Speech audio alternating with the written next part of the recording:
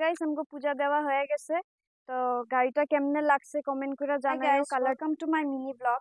তো এখন আমরা যামু গাড়িতে পূজা দিতে। কালকে আনা হয়েছে গাড়িটা, তো কালকে আইতে আইতে বহুত দেরি হয়ে গেছিল, তো এটালে কোনো কিছু করা হয়নি। তো এখন মা ছোট করে একটা পূজা দিব, আর কালকে যাবো আমরা মন্দিরে, তো ওইটার ব্লগটা কালকে দেখতে পাইবা। তো চলো আও এখন আমরা যাই গাড়িতে পূজা দিতে।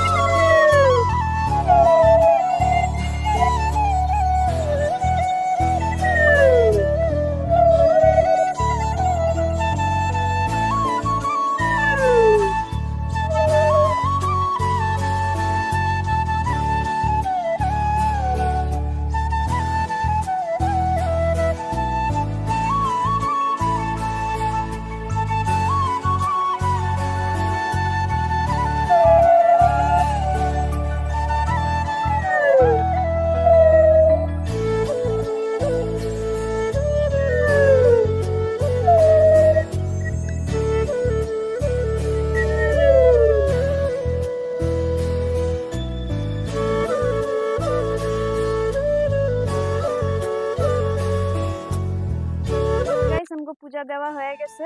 তো গাড়িটা কেমনে লাগছে কমেন্ট করে জানাইও, কালারটাও কেমনে হয়েছে এটাও জানাইও। তো চলো আও ভিতরটা দেখাই।